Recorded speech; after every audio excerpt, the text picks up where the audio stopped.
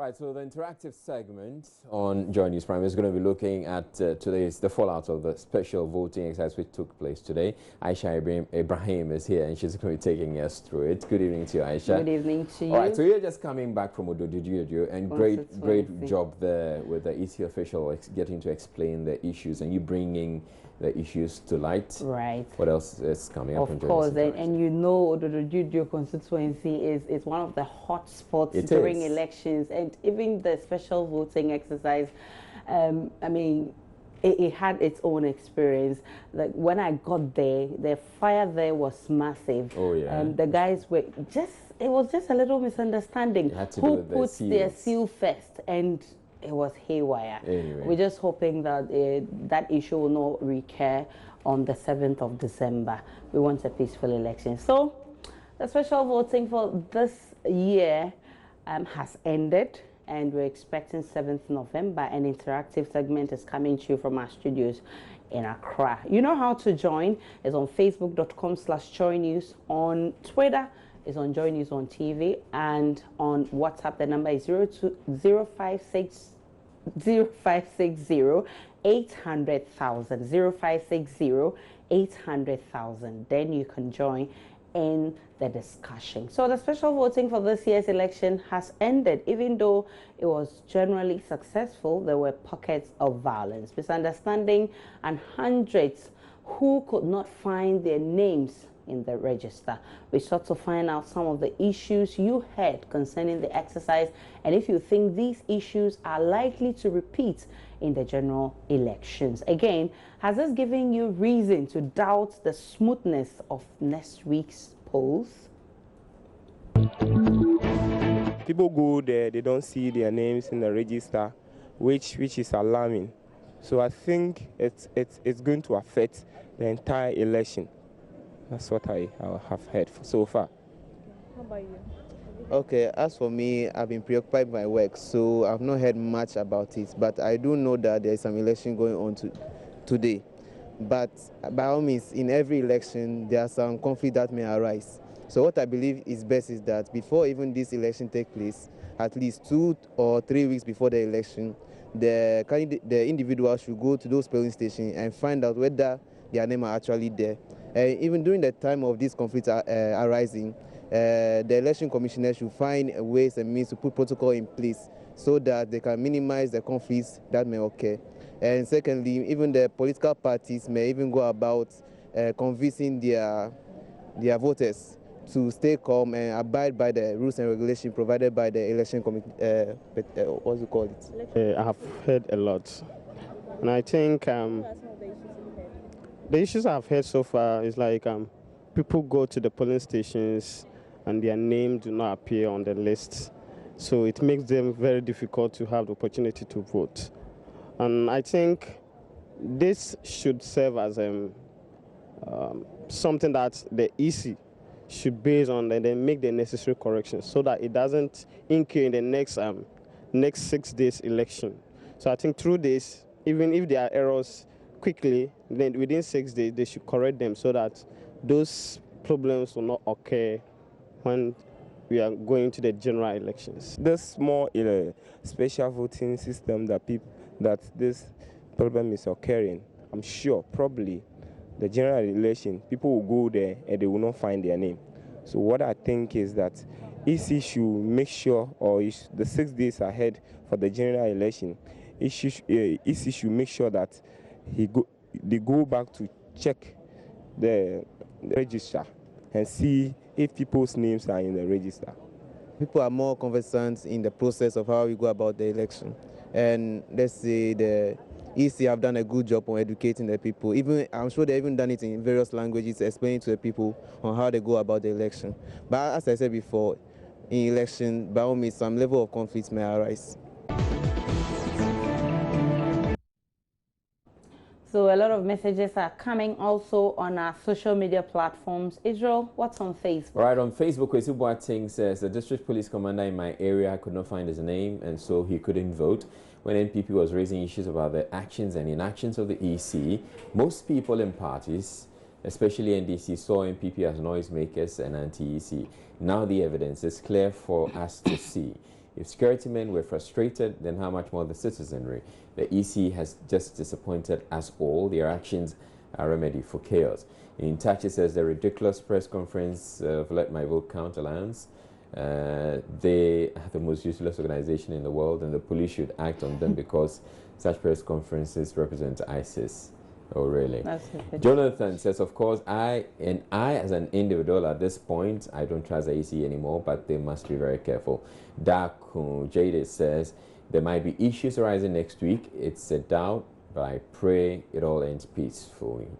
Big Mouth says, I can smell rigging from afar.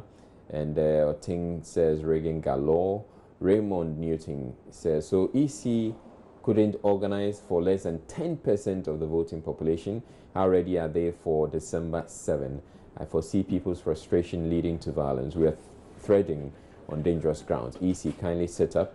How can you change register a day to elections? And from Paul Apostle from Takrade, he says, we're worried about the way EC is handling the elections. It's clear that we could create security challenges for the country. The global community is watching. Someone is calling my phone. Please don't call.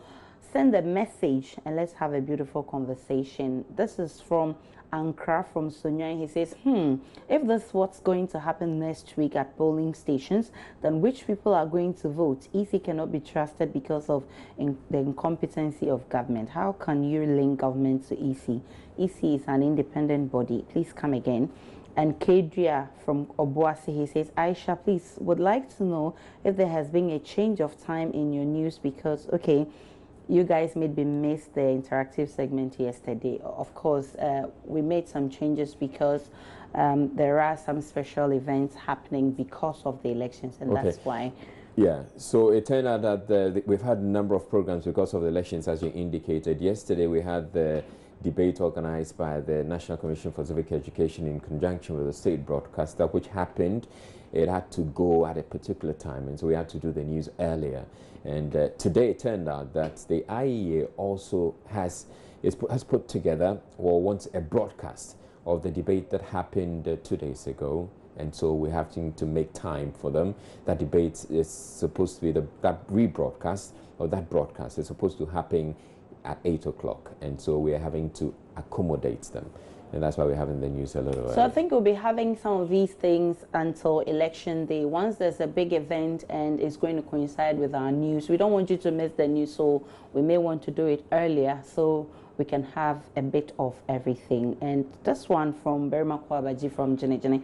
It says the MPP is most likely to address a press conference one of these days to accuse God himself of scheming to rig the elections. They have accused and antagonized everyone except their flag bearer, who has dissipated and slimmed the party's chances since 2008. Verma Kwabeji, do you have evidence of all this? All right. So the 7 presidential candidates have signed a peace pact ahead of next week's polls. This is to indicate their commitment to ensuring peace before, during, and after the elections.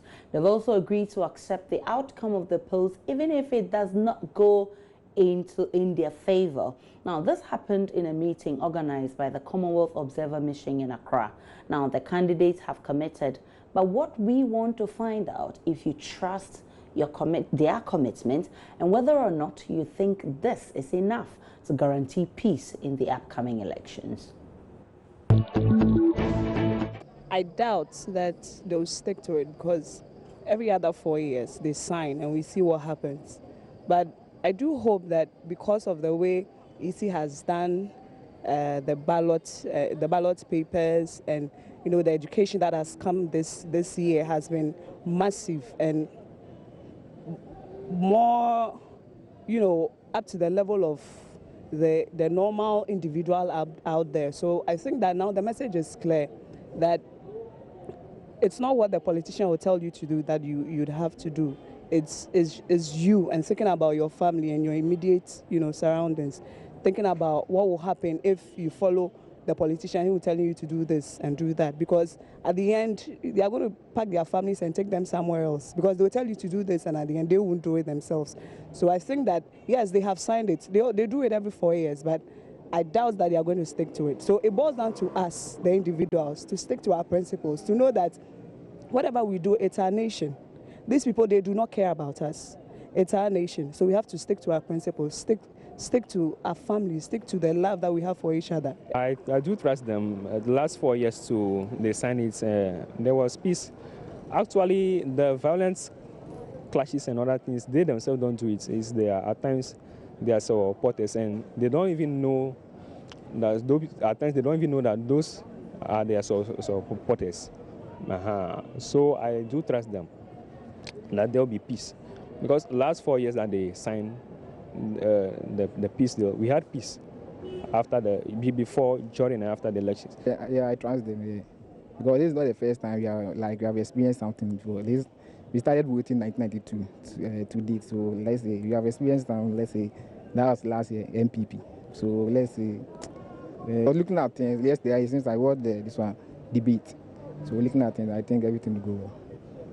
Yeah. I still stand by the fact that yes, like he was saying, you know, they go sign, there was peace during, peace, you know, after and all that. But I also have a feeling that Ghanaians, we are all talk, no action.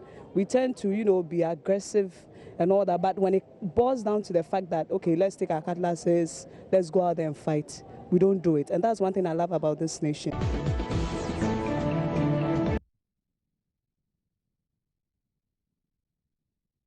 Okay, so those are comments from the streets of Accra. On Facebook, you're seeing a lot more there. Israel, let's check what's on Facebook. Yes, Prince Bank says, what's the essence of peace when there's no justice and equity?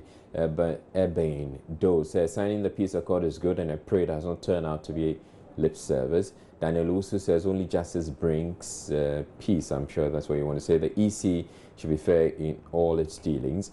Jonathan says, committed by signing a piece of paper. It's not enough as to what I will do. I promise myself not to do anything in the name of any candidate, because I have never seen any of these candidates before ever in my life. I only saw them on TV and in newspapers, so I wouldn't die for them to become president. It's simple. And then Raymond says, so Jacob Osebwa says they should be killed if violence breaks out. Law, I can't think far. Nyabu says Nanado refused to sign. That's not true. They all signed. And then Najat Asmin says, are they 6 or 7? They're actually 7. Kwejo Ado says Nana did exactly what he promised. I don't know about the others.